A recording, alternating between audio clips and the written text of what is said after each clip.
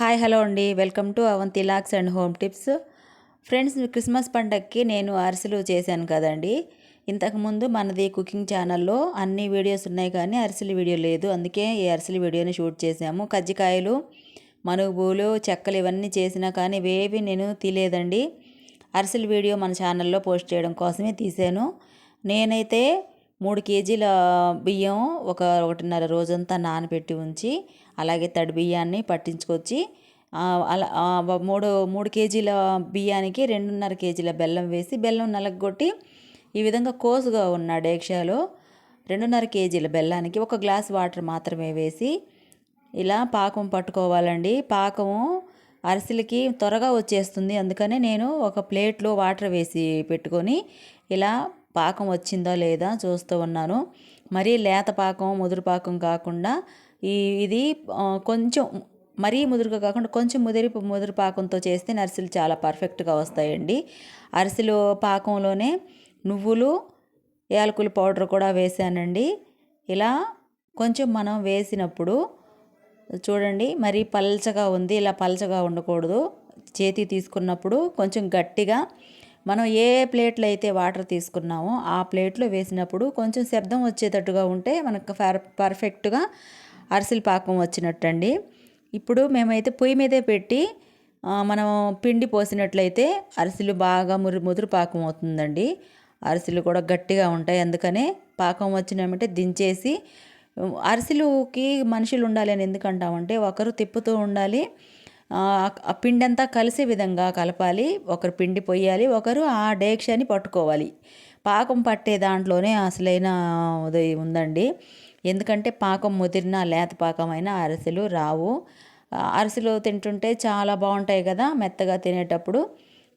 ఇవి ఈ విధంగా నేను కలపలేకపోతే మా అబ్బాయి కలుపుతున్నాడు. మా అమ్మాయి వాళ్ళ హస్బెండు, మామ కూతురు భర్త ఆయన అబ్బాయి. ఈలోపు పిండి కలిపేలోపు బాండీ పెట్టి 1/2 కేజీ ఆయిల్కి 1/2 కేజీ నెయ్యి వేసామండి. నెయ్యి అంతా చేయడానికి మనకి వీలు పడక ఆయిలు నెయ్యి వేసి ఆయిల్ కాగబెడుతూ ఉన్నామండి. ఈలోపు ఉండలు చేస్తూ ఉన్నారు. అరిసెలు చేసేటప్పుడు పిల్లలందరూ వచ్చారు. మా చెల్లెలి పిల్లలు, మా మనవాళ్ళు, వాళ్ళందరూ కూడా వచ్చి ఇలా నేను ఒత్తేస్తాను అని అంటూ ఉంటే మేమైతే పిల్లల్ని పక్కనే పెట్టానండి. ఎందుకంటే వాళ్ళు చేయాలని వాళ్ళకు ఉంటుంది, కొంచెం ఆయిల్ పైన పడిద్దామని. కానీ రిషి అయితే పోలేదు. రిషి నేను చేస్తానని కూర్చున్నాడు.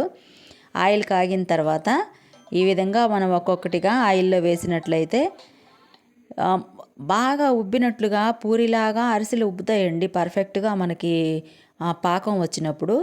అలాంటి అరిసెలు మెత్తగా తింటుంటే చాలా బాగుంటాయి. మేము చేసిన ఈ పిండి వంటల్లో అన్నీ కూడా పర్ఫెక్ట్గా వచ్చాయి.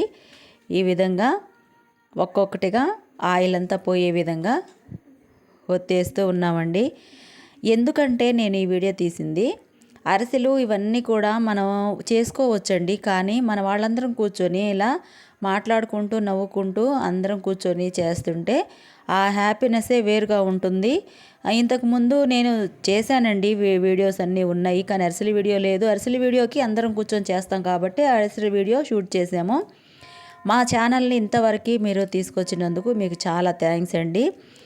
ఇలా అరిసెల్ని మనం కొంచెం ఆరబెట్టాలండి. ఎందుకంటే అలాగే వేసినట్లయితే మనం ఒత్తేసినప్పుడు ఒకటిదానికి ఒకటి అతుక్కొని ఉంటుంది కదా. ఆరబెట్టి మనం ఏ గిన్నెలోకి అయితే తీసి పెట్టుకోవాలనుకుంటున్నామో దాంట్లో తీసి పెడితే ఒక 1 మంత్ అయినా ఉంటాయి కదండి. మీకు ఎవరికి తెలియదని కాదు, నాకు ఈ వీడియో షూట్ చేసి నా వీడియోలో పెట్టుకోవాలని చేశానండి. నా వీడియో